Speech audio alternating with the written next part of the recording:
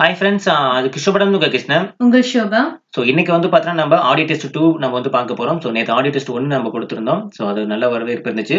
இப்போ audio test 2ல வந்து பார்த்தீங்கன்னா ஒரு சில ஆர்டிக்கல் ப்ளஸ் அமெண்ட்மெண்ட், அதாவது சட்டப்பிரிவுகள் சட்ட திருத்தம் நம்ம பார்க்க போகிறோம். ஸோ இது லைவாக நீங்கள் வந்து கீழே வந்து பார்த்தீங்கன்னா லைவ் சேட்டில் ஆன்சர் கொடுங்க. ஸோ ஒன் பை ஒன்னாக கொஸ்டின்ஸ் தமிழ்லையும் இருக்கும், இங்கிலீஷ்லையும் இருக்கும். ஓகேங்களா? Okay, first question. அரசியல் அமைப்பினுடைய எந்த சட்ட திருத்தம் சிறிய அரசியலமைப்பு என அழைக்கப்படுகிறது? Which amendment of the constitution is known as mini constitution? So அரசியலமைப்பினுடைய சிறிய அரசியலமைப்பு அப்படின்ட்டு எந்த சட்ட திருத்தம் சொல்லுது? ஸோ ஆன்சர் வந்து பார்த்தீங்கன்னா 42வது சட்ட திருத்தம். ஓகேங்களா? ஸோ 42வது அமெண்ட்மெண்ட் தான் மினி கான்ஸ்டியூஷன், அதாவது சிறிய அரசியலமைப்பு அப்படின்னு சொல்லுவாங்க. ஓகேங்களா? Okay, next question. அரசியல் அமைப்பின் ஓகே அரசியலமைப்பினுடைய சட்ட திருத்தம், ஓகேவா? சட்ட திருத்தம் பண்றதுக்குன்னு ஒரு சில ப்ரொசீஜர் இருக்கா? அந்த ப்ரொசீஜரை வந்து எந்த ஆர்டிக்கல்ல எந்த பகுதியில மென்ஷன் பண்ணியிருக்காங்க? In which article and the part of the constitution deals with the power of the parliament? So சட்ட திருத்தம், அது செய்வதற்கான அதிகாரங்கள், அதுக்கப்புறம் என்ன முறைகள், இது எல்லாமே வந்து எந்த பகுதியில பிளஸ் எந்த சட்டப்பிரிவுல மென்ஷன் பண்ணியிருக்காங்க? பார்ட்டும் மென்ஷன் பண்ணும், ஆர்டிக்கலும் மென்ஷன் பண்ணும். அமெண்ட்மெண்ட் பண்றதுக்கான ஒரு ப்ரொசீஜர்ஸ். ஸோ ஆன்சர் வந்து பார்த்தீங்கன்னா பார்ட் 20, அதுக்கப்புறம் ஆர்டிக்கல் வந்து பார்த்தீங்கன்னா 368, பகுதி 20. ஓகேங்களா? ஆர்டிக்கல் வந்து பார்த்தீங்கன்னா 368. ஸோ இதுல தான் வந்து பார்த்தீங்கன்னா ஒரு சட்ட திருத்தம், ஒரு அமெண்ட்மெண்ட் பண்றதுக்கான ஒரு ப்ரொசீஜர், அதுக்குண்டான நாடாளுமன்றத்துக்கான அதிகாரங்கள், அதாவது பார்லிமெண்டோடைய பவர், இது எல்லாமே வந்து என்ன பண்ணிருக்காங்க, அதுல மென்ஷன் பண்ணிருக்காங்க. சரிங்களா? Okay, next question. நிதி சார்ந்த அவசர நிலை அப்படிங்கிறது எந்த article? Financial emergency belongs to which article?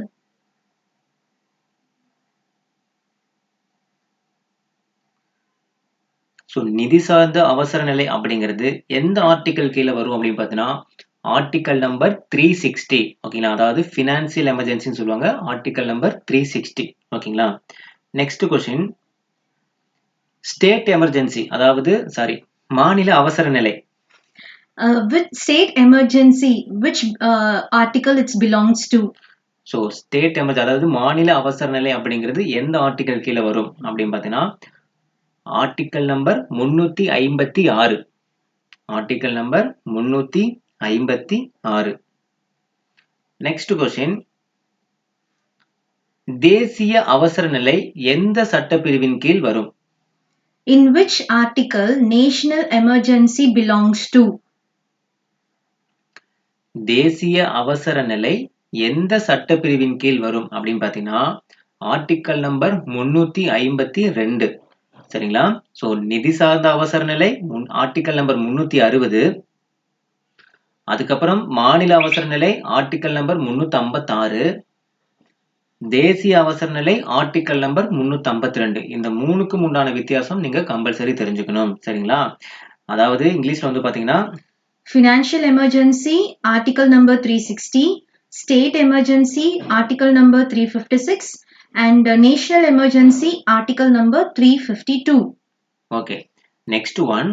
அலுவலக மொழிகள். ஓகேங்களா? ஸோ அலுவலக மொழிகள் அப்படிங்கிறது இந்திய அரசியலமைப்புல எந்த பகுதியில் இருக்கு, பிளஸ் எந்த ஆர்டிக்கல் இருந்து எந்த ஆர்டிக்கல் வரைக்கும் அலுவலக மொழிகள் பத்தி கொடுத்திருக்காங்க? Okay. Mention the article and the part that the constitution deals with the official language.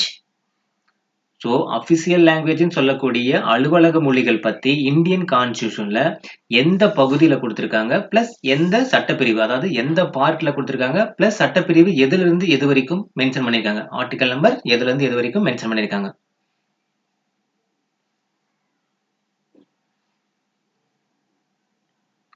So பகுதி, அதாவது பார்ட் 17. ஓகேவா? பகுதி 17 ஆர்டிக்கல் நம்பர் 343 இருந்து 351 வரைக்கும் கொடுத்திருக்காங்க. ஓகேங்களா? ஆர்டிக்கல் நம்பர் 343 இருந்து 351 வரைக்கும் கொடுத்திருக்காங்க. ஓகேங்களா? So next question.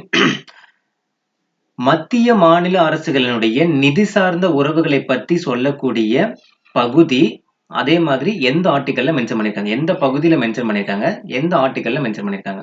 Which article and part deals with the financial relationship between the center and the states? So financial relationship அதாவது நிதி உறவுகள்னு சொல்லுவாங்க. அப்ப மத்திய அரசுக்கும் மாநில அரசுக்கும் உண்டான நிதி உறவுகள் அதாவது ஃபினான்சியல் ரிலேஷன்ஷிப் பத்தி இந்தியன் கான்ஸ்டிடியூஷன்ல எந்த ஆர்டிக்கல்ல இருந்து எந்த ஆர்டிக்கல் வரையும் மென்ஷன் பண்ணியிருக்காங்க, பிளஸ் அது எந்த பகுதி அதாவது எந்த பார்ட். ஸோ பகுதி 12 ஆர்டிக்கல் நம்பர் 268 இருந்து 293 வரைக்கும் நிதி சார்ந்த உறவுகள் அதாவது மத்திய அரசுக்கும் மாநில அரசுக்கும் உண்டான நிதி சார்ந்த உறவுகள் பத்தி மென்ஷன் பண்ணியிருக்காங்க. ஓகேங்களா? Next question. தற்போது அதிகார பகிர்வு என்பது மத்திய அரசு பட்டியல்ல எத்தனை துறைகள் இருக்கு, மாநில அரசு பட்டியல்ல எத்தனை துறைகள் இருக்கு, அதுக்கப்புறம் இரண்டுக்கும் பொதுவான பொது பட்டியல்ல எத்தனை துறைகள் இருக்கு அப்படின்னு மென்ஷன் பண்ணுங்க.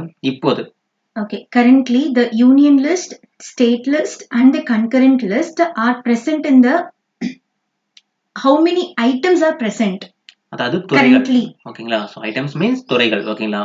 ஸோ இப்போ ரீசெண்டா மத்திய அரசினுடைய பட்டியல்ல எத்தனை இருக்கு, மாநில அரசுடைய பட்டியல்ல எத்தனை துறைகள் இருக்கு, அதுக்கப்புறம் பொது பட்டியல்ல எத்தனை துறைகள் இருக்கு, அதை அப்படியே மென்ஷன் பண்ணுங்க.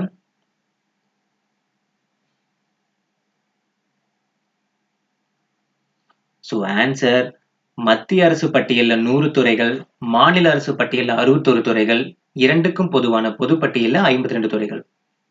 Okay, union listல வந்து 100, state listல வந்து 61 and concurrent listல வந்து 52.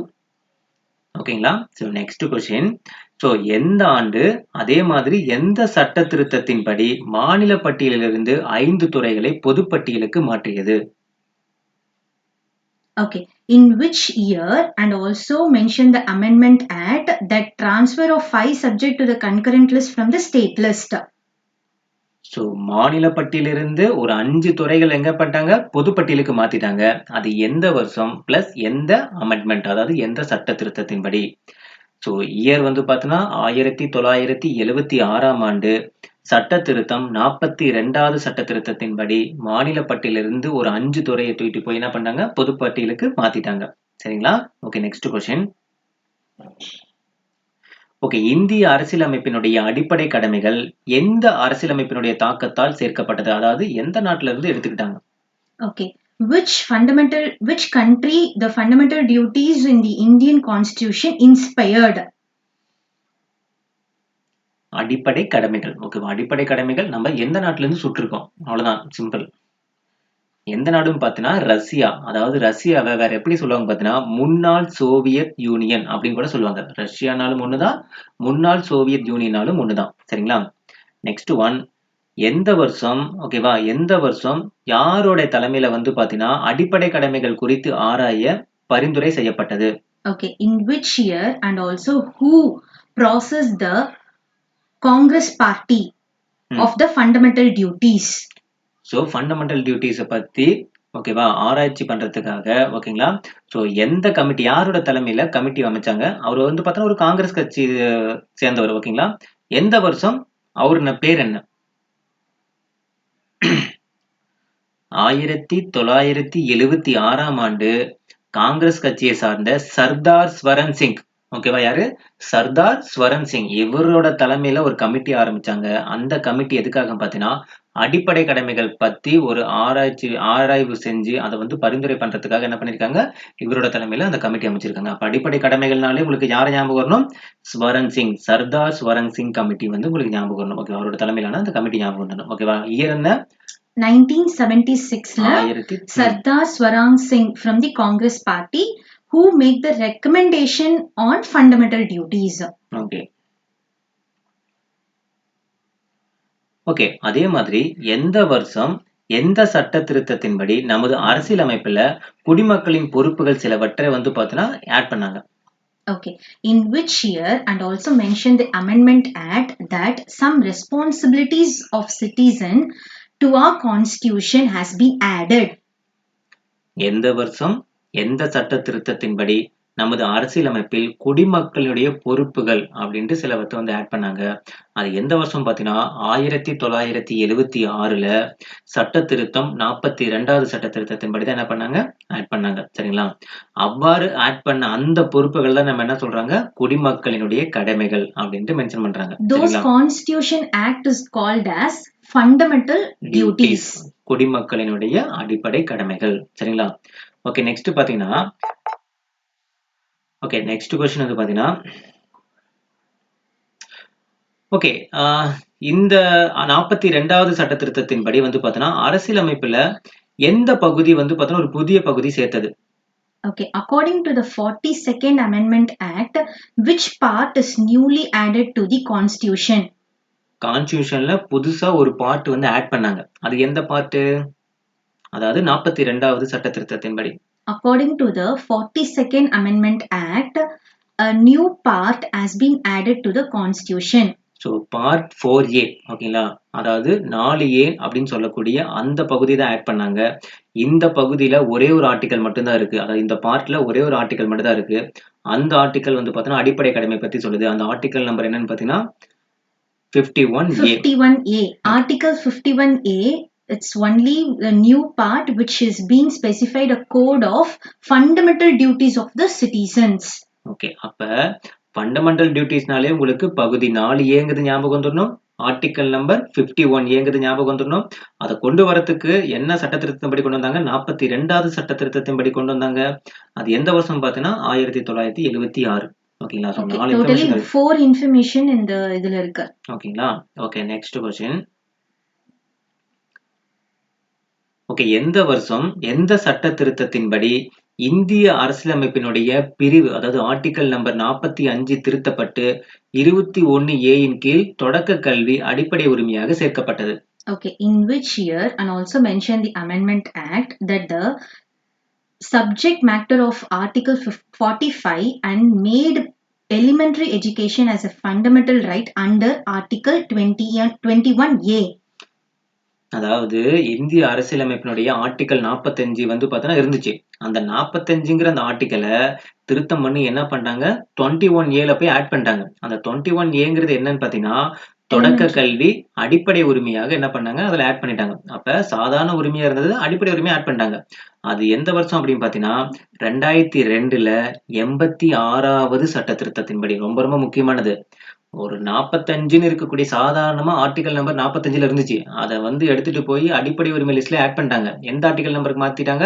21A. 21Aவ மாத்திட்டாங்க. அப்ப ஒரு சட்டத்தை திருத்தம் பண்ணிருக்காங்க. அது எந்த வருஷம்? 2002ல. எந்த சட்ட திருத்தம்? 86வது 86th Amendment Act. அப்ப கொஸ்டின்ஸ் கேட்பாங்க. ஓகேங்களா? அடிப்படை உரிமையா 21A வந்து ஆட் பண்ணாங்கல்ல, அது எத்தனாவது சட்ட திருத்தம் கேட்பாங்க? எந்த வருஷத்துலயும் கேட்பாங்க. ஓகேங்களா? Okay, next question. அரசு நெறிமுறைப்படுத்தும் கோட்பாடுகள் அரசியலமைப்பு சட்டத்துல எந்த பகுதியில இருக்கு? பிளஸ் வந்து பாத்தீங்கன்னா எந்த ஆர்டிக்கல்ல இருந்து எந்த ஆர்டிக்கல் வரைக்கும் அதை பத்தி மென்ஷன் பண்ணிட்டாங்க? Okay, mention the article and the part of the Constitution does the directive principle of the state policy or enumerated. So directive principle of state policy, அதாவது அரசு நெறிமுறைப்படுத்தும் கோட்பாடுகள் எந்த ஆர்டிக்கல் பிளஸ் எந்த பகுதியிலிருந்து கொடுத்துருக்காங்க பார்த்தீங்கன்னா, ஸோ பகுதி 4ல கொடுத்துருக்காங்க. சட்டப்பிரிவு வந்து பார்த்தீங்கன்னா 36ல இருந்து 51 வரைக்கும் என்ன பண்ணியிருக்காங்க? மென்ஷன் பண்ணியிருக்காங்க. சரிங்களா? ஸோ ரொம்ப முக்கியமானது. நெக்ஸ்ட் கொஸ்டின் வந்து பார்த்தீங்கன்னா அரசியலமைப்புக்கு உட்பட்டு தீர்வு காணும் உரிமை. ஓகேவா? என்ன கேளுங்க? அரசியலமைப்புக்கு உட்பட்டு தீர்வு காணும் உரிமை. இதை வந்து பார்த்தீங்கன்னா எந்த ஆர்டிக்கல் கீழே வரும்? Mention the article to the right to constitutional remedies. Right to constitutional remedy அப்படிங்கிறது எந்த ஆர்டிக்கல்ல வரும்? Under which article right to constitutional remedy is?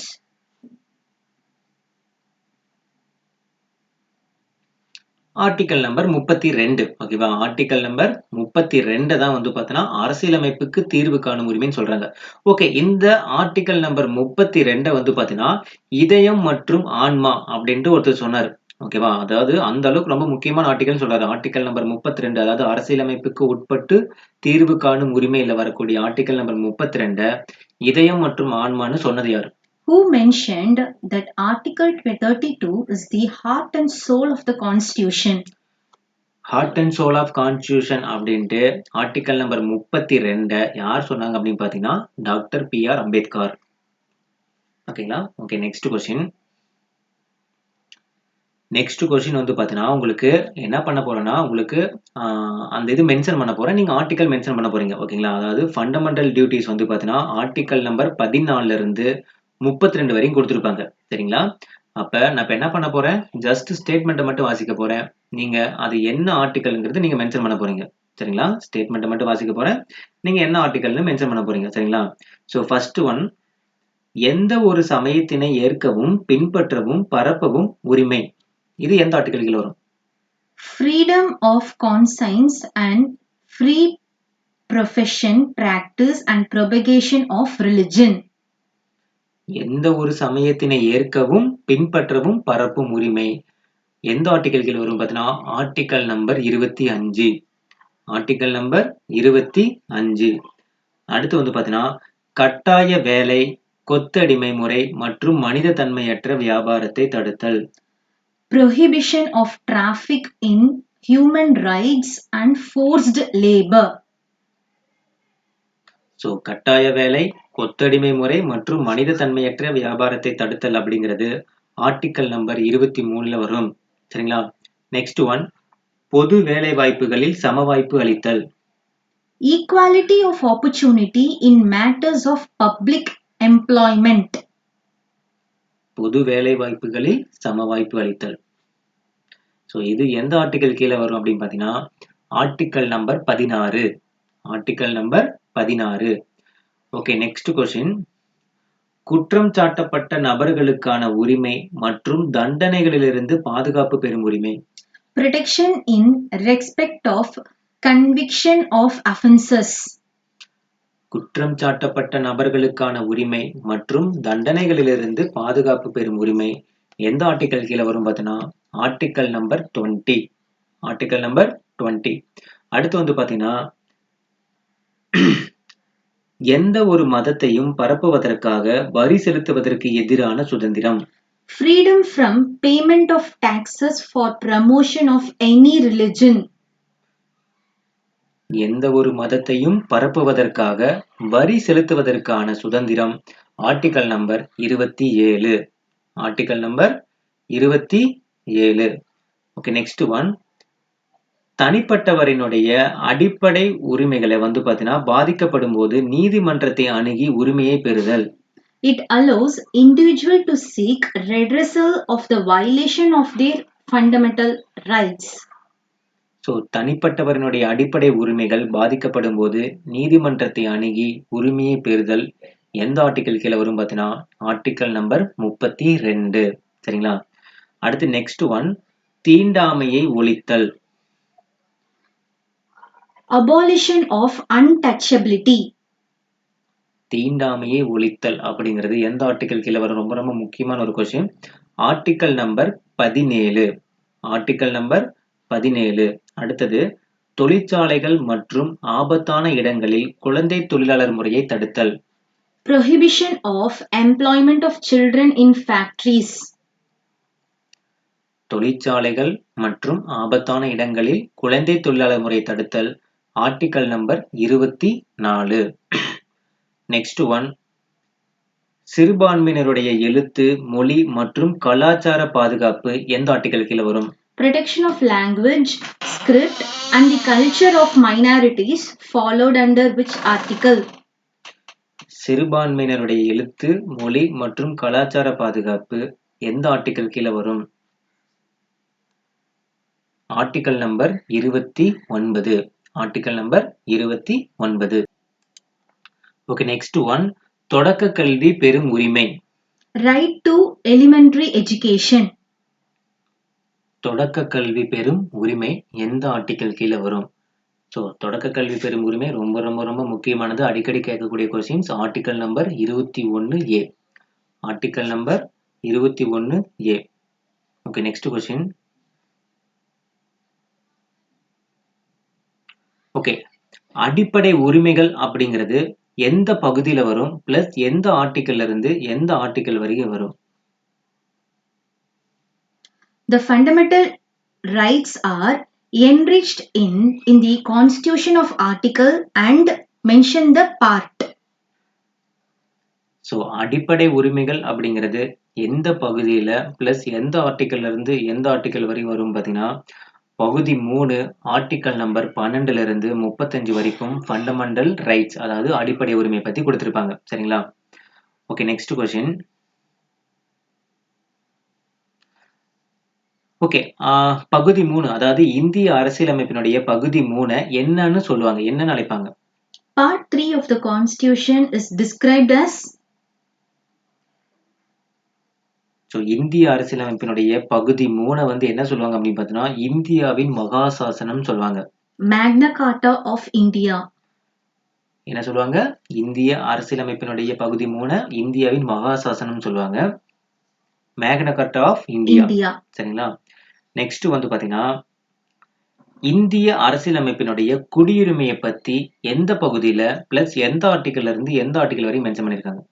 Which article and mention the part of the Constitution deals with the citizenship? So குடியுரிமை பத்தி எந்த பாகத்துல plus எந்த ஆர்டிகல்ல இருந்து எந்த ஆர்டிகல் வரையும் மென்ஷன் பண்ணிருக்காங்க பார்த்தீங்கன்னா பாகம்னாலும் பகுதினாலும் ஒண்ணுதான். ஓகேங்களா? ஸோ பகுதி 2 ஆர்டிகல் நம்பர் 5ல இருந்து 11 வரைக்கும் என்ன பண்ணிருக்காங்க? மென்ஷன் பண்ணிருக்காங்க. அதாவது சிட்டிசன்ஷிப். ஓகேங்களா? Okay, next question. இந்திய அரசியல் நிர்ணய சபையால் ஜவஹர்லால் நேருடைய குறிக்கோள் தீர்மானம் எந்த வருஷம் ஏற்றுக்கொள்ளப்பட்டது? In which year the Indian Constitution is based on the subjective resolution drafted by Jawaharlal Nehru? So Jawaharlal நேருடைய குறிக்கோள் தீர்மானம் அரசியல் நிர்ணய சபையால் ஏற்றுக்கொள்ளப்பட்ட ஆண்டு 1947 ஜனவரி 22. தமிழ் மீடியத்துல ஜனவரி 2ன்னு கொடுத்துருப்பாங்க, சேஞ்ச் பண்ணிங்க. ஜனவரி 22ன்னு போட்டுங்க, தமிழ் மீடியத்துல ஜனவரி 2ன்னு கொடுத்துருப்பாங்க, தயவு செஞ்சு சேஞ்ச் பண்ணிங்க. Okay, next one. முகவுரை, அதாவது பிரியாம்பிள். ஸோ முகவுரையானது எந்த வருஷம் எந்த சட்ட திருத்தத்தின்படி திருத்தப்பட்டது? Okay, which year and also mention the Amendment Act that the preamble. So preamble வந்து பார்த்தீங்கன்னா எந்த வருஷத்துல எந்த சட்ட திருத்தத்தின்படி திருத்தப்பட்டதுன்னு பார்த்தீங்கன்னா 1976ஆம் ஆண்டு 42வது சட்ட திருத்தத்தின்படி முகவுரை திருத்தப்பட்டது. அந்த முகவுரை ஒரே ஒரு டைம் மட்டும் தான் திருத்தம் பண்ணாங்க. ஓகேங்களா? என்னது? அந்த முகவுரையில ஒரே ஒரு டைம் மட்டும் தான் திருத்தம் பண்ணாங்க. அந்த திருத்தம் என்ன அப்படின்னு பார்த்தீங்கன்னா 3 புதிய சொற்கள் என்ன பண்ணாங்க? ஆட் பண்ணாங்க. அந்த திருத்தத்தின்படி 3 புதிய சொற்கள் ஆட் பண்ணாங்க. அந்த 3 புதிய சொற்கள் என்னங்கிறது மென்ஷன் பண்ணுங்க. Mention the 3 new words which has been added to the Amendment Act of Preamble.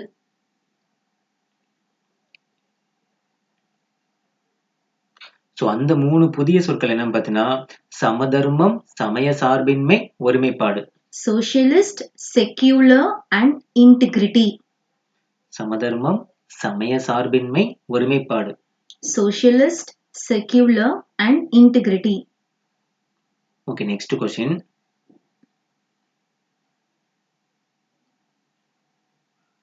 இந்திய அரசியலமைப்பு ஏற்றுக்கொள்ளப்பட்ட ஆண்டு. இந்திய அரசியலமைப்பு ஏற்றுக்கொள்ளப்பட்ட ஆண்டு. The Constitution was finally adopted on. In which year the Constitution finally adopted? அதாவது ஏற்றுக்கொள்ளப்பட்ட ஆண்டு நான் கேட்கிறேன், நடைமுறைக்கு வந்த ஆண்டு கேட்கல. ஏற்றுக்கொள்ளப்பட்ட ஆண்டு எப்பன்னு கேட்கிறேன். Adopted. So answer 1949 November 26. 1949 November 26. Okay, அதாவது இந்திய அரசியலமைப்பு ஏத்துக்கிட்டாங்க பாத்தீங்களா? எப்ப? 1949 நவம்பர் 26 அப்ப ஏத்துக்கிட்டாங்க. அந்த டைம்ல இந்தியன் கான்ஸ்டிடியூஷன்ல வந்து பாத்தீங்கன்னா எத்தனை பாகங்கள் இருந்துச்சு, எத்தனை சட்டப்பிரிவுகள் இருந்துச்சு, எத்தனை அட்டவணைகள் இருந்துச்சு? And the adoption of Constitution, how many parts, how many articles and how many schedules were being in the Indian Constitution. Indian constitution adopt பண்ணும்போது, அதாவது ஏத்துக்கிட்ட போது, இந்திய அரசியல் நிர்ணய சபையில ஏத்துக்கிட்ட போது எத்தனை ஆர்டிகல் இருந்துச்சுன்னு பாத்தீங்கன்னா ஃபர்ஸ்ட் பாகங்கள் வந்து பாத்தீங்கன்னா 22 பாகங்கள், 8 அட்டவணைகள், 395 ஆர்டிகல் இருந்துச்சு. சரிங்களா? 22 parts, 395 articles and 8 schedules. இது ஒரு குரூப் 4 क्वेश्चनல கேட்டிருந்தாங்க. சரிங்களா? Okay, the last question. இந்திய அரசியலமைப்பு சட்டம் நடைமுறைக்கு வந்த ஆண்டு. The drafted constitution came into force in the year of இந்திய அரசியலமைப்பு சட்டம் நடைமுறைக்கு வந்த ஆண்டு. ஓகேவா? ஏற்றுக்கொள்ளப்பட்டது ஆல்ரெடி நம்ம சொல்லிட்டோம். 1949 நவம்பர் 26. நடைமுறைக்கு வந்த ஆண்டு, ஏற்றுக்கொள்ளப்பட்டது நம்ம சொல்லிட்டோம். நடைமுறைக்கு வந்த ஆண்டு வந்து பார்த்தீங்கன்னா 1950 ஜனவரி 26. which இதுதான் is known as இந்திய குடியரசு தினம். yeah, அதாவது Republic ரிபப்ளிக் டே. Day. ஓகே, உங்களுக்கு வந்து பார்த்தீங்கன்னா இந்த ஆர்டிக்கல் அமெண்ட்மெண்ட் உங்களுக்கு லெசன் நம்பர் 4 வந்து பார்த்தீங்கன்னா, அதாவது நேத்து டைம் டேபிள் படி, நேத்து ஸ்டடி பிளான் படி வந்து பார்த்தீங்கன்னா செகண்ட் லெசனுக்குள்ள ஆடி டெஸ்ட் நம்ம கொடுத்துட்டோம். ஸோ இதை ஜஸ்ட் நீங்க ரீகால் பண்றதுக்கு ரொம்ப யூஸ்ஃபுல்லா இருக்கும். இந்த ஆர்டிக்கல் இதெல்லாம் வந்து உங்களுக்கு கன்ஃபியூஷன் இல்லாம இருக்கணும் அப்படிங்கிறதுக்காக தான் இந்த ஆடி டெஸ்ட் நம்ம கொடுத்துருக்கோம். இதை நீங்க ஃப்ரீ டைம்ல கிச்சன்ல வேலை செய்யும் போதோ, இல்லை ஒர்க் பண்ணிட்டு இருக்கும் போதோ, இல்லை ஏதாவது நீங்க வேற ஏதாவது ஒர்க்ல இருக்கப்ப ஜஸ்ட் இதை போட்டு நீங்களே உங்களுக்கு ரீகால் பண்ணிட்டீங்கன்னா ரொம்ப ஹெல்ப்ஃபுல்லா இருக்கும். அதுக்காக அந்த பர்பஸ்க்காக தான் உங்களுக்கு கன்ஃபியூஷன் ஆகிற ஒரு சில டேர்ம்ஸ் வந்து பார்த்தா நம்ம இந்த மாதிரி நம்ம கொடுத்து பண்றோம். ஸோ இது கண்டிப்பா உங்களுக்கு யூஸ்ஃபுல்லா இருக்கும். ஓகேவா? ஸோ இந்த வீடியோ உங்களுக்கு பிடிச்சிருக்குன்னு நினைக்கிறேன். மீண்டும் அடுத்த ஒரு தகவலோட சந்திக்கலாம். இது கிருஷ்ணபுரம் உங்க கிருஷ்ணன். உங்கள் ஷோபா. தேங்க்யூ. Thank you.